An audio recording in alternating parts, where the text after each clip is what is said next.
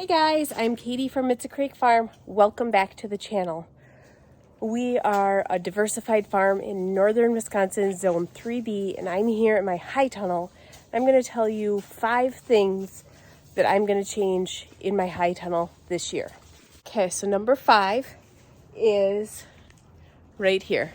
I'm not quite sure if you can see behind me, but we had put in a bunch of decomposing straw from some straw bales that we had left out from pumpkin displays. And I took and I spread them out. They were soaked. I put drip line on them, covered them with ground cover, thinking that they would decompose over the summer. Planted peas and beans in it. They grew pretty good. But the straw did not decompose at all. I think it's just way too dry in here. If you don't know, high tunnels, they're essentially greenhouses where you grow in the ground. And because of that, it gets really, really, really dry. And you're very strategic with where you're watering. It does get humid, but the soil is extremely dry. So I'm not going to do any sort of compost pile. We've tried doing that before. That got way too dry. Doing the straw that decomposes. Instead, we have a massive compost pile south of the high tunnel that we are doing, and we are not going to try to decompose any more straw or compost or anything in here anymore. Right now, we are hauling in snow to put over this straw to get some moisture into the ground, but we're not going to do this anymore. Number 4 is our back windows. We only use these when it gets really hot in the summer and when we need airflow in here, which is usually just in the summer. And what we had done when we built these end walls is we just took the plywood. It's not plywood, it's the T11 or T1, whatever it is, siding. And we had just framed in the opening for these windows and cut it out with a Sawzall and put hinges on it. Well, they are not very strong and they're all warped and everything. And to get them open, we are having to take a drill and put a screw in. And it just gets cumbersome, and it would be nice in the winter if we could use this a little bit more. And part of using that a little bit more is keeping this more sealed up. And so that would mean fixing these. So they served their purpose because we were looking for low cost. And so we are going to fix these windows this summer and get them so that they're easy to open for ventilation. And I also would like to have them be like a window, have them be so it's not solid wood, so that it lets light in and that kind of stuff as well. And so we are going to get these windows fixed up this year so that they are more functional. And easier to use so that we can have more ventilation in here in the summer. Number 3 are the doors to access in here. Now, we do have an opening framed way back there on the back end. That would just be for like a walk-through door. We framed that in when we were framing everything. That way, in the future, if we wanted to put a door back there, have wheelbarrows go in and out, whatever, we could. I still might use that, but that's not on the agenda for this year. This year, we are going to update these doors and get them so that they are more functional. This door here, I really like it. It's beautiful, has windows in it. It's an antique door, but the bottom did rot out of it. So we just put some corrugated plastic on it and called it good. But the big issue with that door is the hinge is right here. So it actually opens to the stone coop, which is how I originally intended. Thought I'd be coming from the stone coop most of the time. In the winter though, we can barely open the door because all the snow goes right there. So we're going to probably put the hinges on the other side. So it's on that side. So then at least the door will open easier so we can access it easier in the winter instead of going like kind of around and having to shovel a big opening area and everything. It would just make it easier to get that open. And then for these doors, these also open out, and they're just like the back windows. They are just cut from the siding that we put up, and they're on hinges. But they are getting really warped, and in the winter it is so hard to get in here because they open out. We have to make sure it's shoveled. We had so much ice and rain this winter that froze.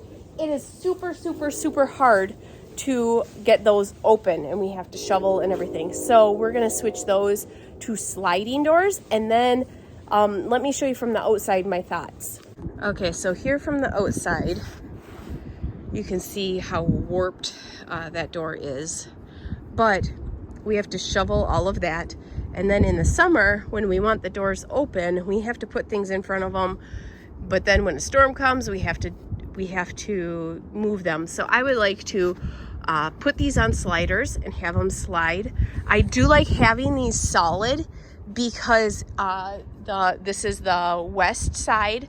So when it gets really, really hot late in the afternoon and evening, we actually start getting some shade in the high tunnel, and it really helps cool it off on those really hot days. So I like having those solid, but I want them on sliders, and then I can put flower beds here, and it would just slide over to where that outlet is. We measured that outlet specifically for this purpose, so that then that wouldn't get in the way. So slide it open, have some flower beds out here, and then out in front of that electrical panel and everything. We'll do some like raised beds, but then that way they're easy to open and close, and then in the winter they're easier to access and open, because right now we can't open that one because of all the ice. I did have them so that they could open.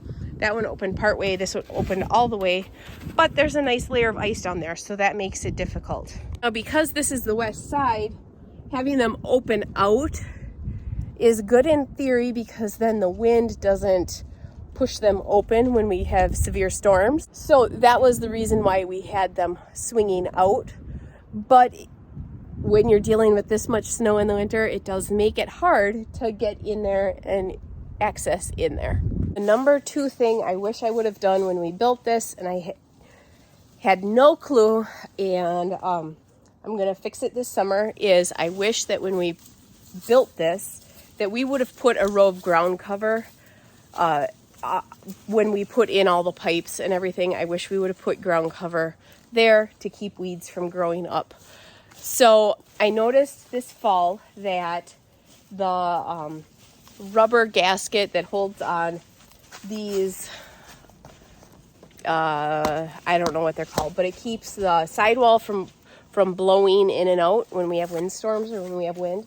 I noticed that the gasket is coming off and the outside rope is coming off. So I'm going to take advantage of that, and I'm going to put, I know you can't see it, I can't even get to it because it's outside in a big snowbank, but I'm going to take that off, take off the whole bottom of the curtain, and put down ground cover and try to tuck it in under that hip board if possible, and staple it to the hip board. It's not the hip board, it's the footboard, right? That would be the footboard, I believe so. So that weeds don't grow up. That will prevent all of the weeds from growing up. I just went through and cut them all so that I'm ahead of the game.